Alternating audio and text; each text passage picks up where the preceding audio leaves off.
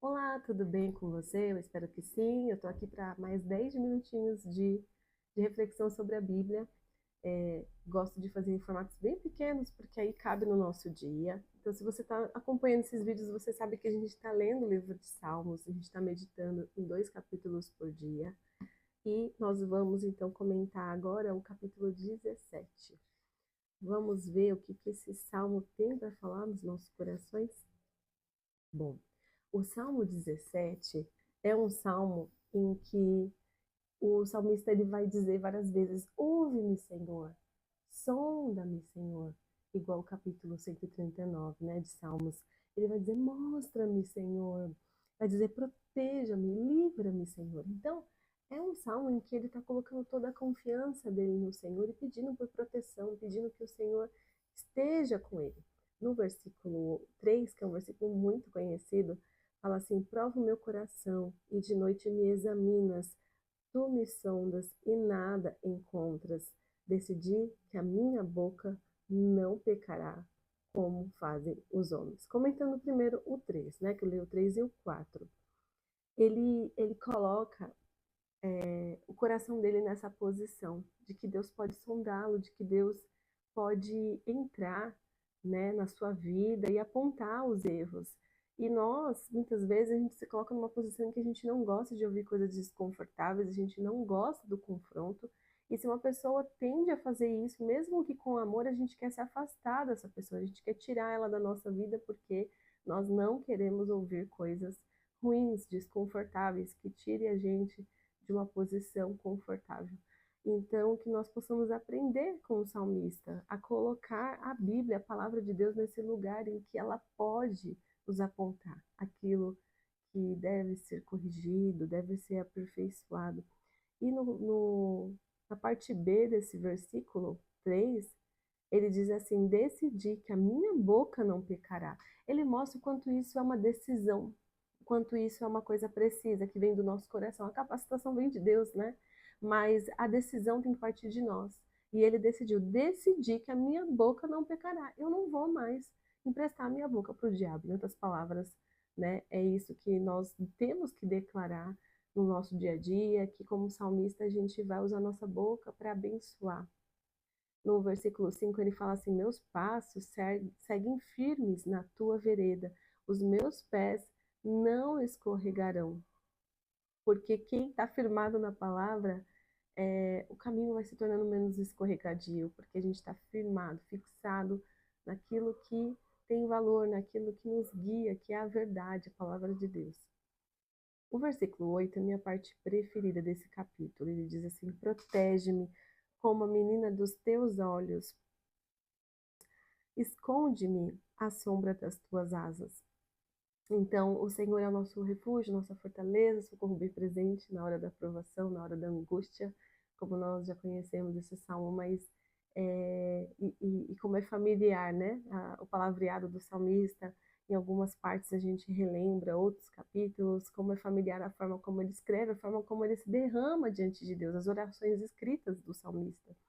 E ele diz: protege-me como a menina dos teus olhos, esconde-me à sombra de tuas asas. Ele pede por proteção, ele pede por cuidado, ele pede para que o Senhor não se esqueça dele.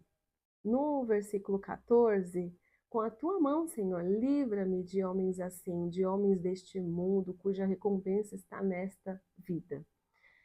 Olha, os olhos da grande maioria das pessoas estão fechados, né, para o verdadeiro valor da vida, para o verdadeiro valor das coisas. A nossa sociedade está com os valores muito distorcidos. Isso é muito mais amplo do que isso. A gente tem que viver uma vida para agradar o Senhor aqui, agora, hoje, né? Embora não tenha se concretizado o plano do Senhor, né? É o já e o ainda não. Então, é para hoje, nossa urgência de decidir verdadeiramente o que nós queremos servir, como é que a nossa vida vai servir ao Senhor, se às vezes a gente está muito apegado ao mundo, apegado às coisas desse mundo. O capítulo 18, que capítulo maravilhoso, é um dos meus preferidos. Eu acredito que o seu também. Ele ainda está preocupado aqui, a gente percebe no versículo 4 e no 5, ele diz assim: as cordas da morte me enredaram, as torrentes da destruição me surpreenderam, as cordas de Sheol me envolveram, os laços da morte me alcançaram. Isso porque Davi está celebrando aqui, né, que o Senhor livrou ele das mãos de Saul, né, fez isso com precisão. Então, ele declara aqui no versículo 6: Na minha aflição, clamei ao Senhor, gritei por socorro ao meu Deus, do seu templo. Ele ouviu a minha voz, meu grito chegou à sua presença e aos seus ouvidos. Do 7 até o 15, ele vai falar sobre a onipotência de Deus, o poder de Deus, que quando ele age no mundo, a terra sente. No versículo 18, então, a gente teve aqui uma pequena declaração de angústia, mas a confiança, a alegria está no Senhor. No versículo 25, ele vai falar assim: Ao fiel te revelas fiel, ao irrepreensível te revelas irrepreensível, ao puro te revelas puro, mas com o perverso reages à altura. Salvas os que são humildes, mas humilhas os de olhos altivos. É claro que nós somos salvos pela graça do Senhor. Não tem capacitação. Em alguns salmos a gente vai ver o que parece que é por mérito, mas não é, né? Parece. Só que não é porque a salvação não é por mérito que nós não somos chamados à santidade, né? Toda criatura é chamada à santidade. E a santidade é reverência diante do Senhor, porque ele se revela fiel a quem é fiel, ele se revela irrepreensível a quem é irrepreensível e puro aos que são puros. Então tem um chamado aqui, uma resposta que o Senhor espera dos seus filhos. Esse é um canto de vitória e de reconhecimento ao Senhor.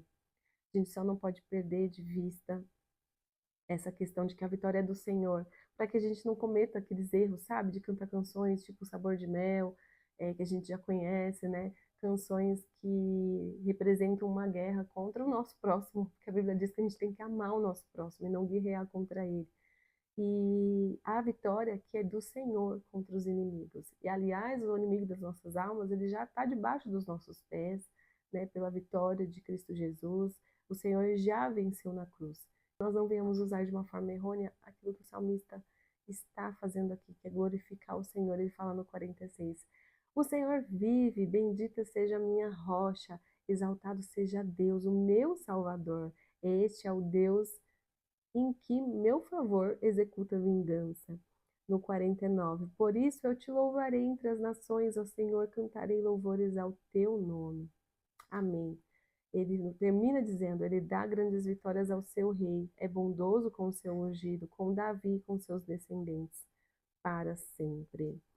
Nós não somos reis, rainhas, a gente não tem grandes conquistas nem de território, nem guerras para vencer nesse aspecto que teve aqui na vida do salmista, mas todos os dias a gente precisa vencer com perseverança, né? A gente precisa vencer as nossas fraquezas, a gente precisa vencer essa oscilação, né, emocional que às vezes acontece, principalmente com as mulheres, ou até essa ociosidade que muitas vezes os homens é um prato cheio para o homem, né? Não se preocupar, não se envolver, não falar, não se posicionar, mas não é isso, não é isso que o Senhor espera das nossas vidas. Então que a gente receba aqui na palavra de Deus, que a gente receba aqui ânimo, ânimo para continuar nessa caminhada.